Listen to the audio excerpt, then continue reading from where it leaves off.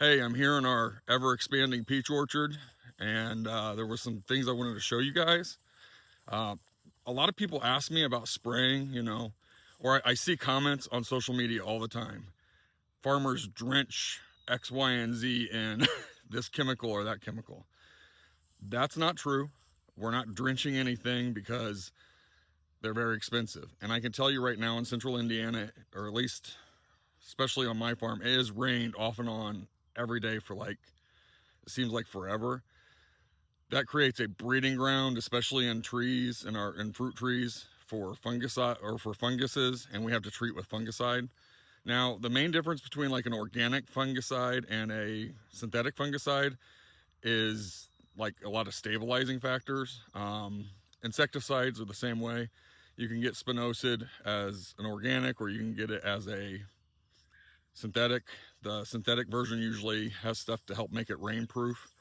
Um, but with this much rain, because I'm using non-organic, sprays, it's still not hitting.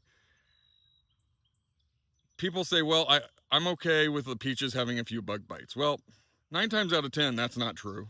I've heard people say that. We grew 12 acres of organic sweet corn one year, and people were super excited for it until they started opening up the ears and seeing the extra protein that came with it.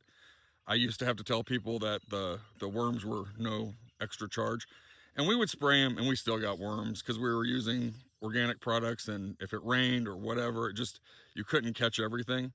But right here, I'll show you like a problem insect that.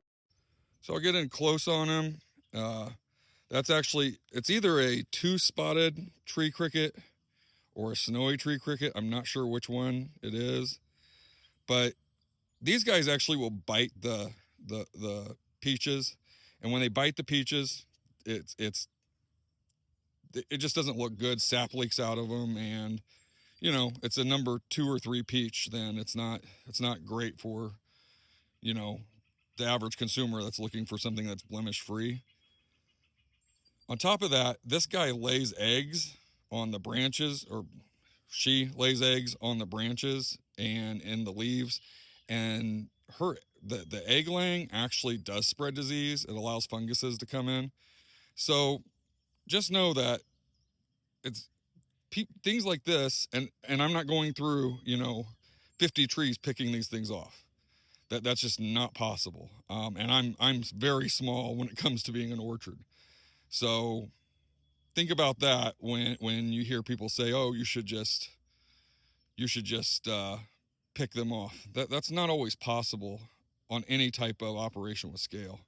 That's just me. I wanted to explain that I see it constantly. Our lieutenant governor just had somebody post that on a pro ag post that he made, that and it got lots of likes, and I can promise you these chemicals are expensive. I mean, I have a product for these peach trees that is synthetic.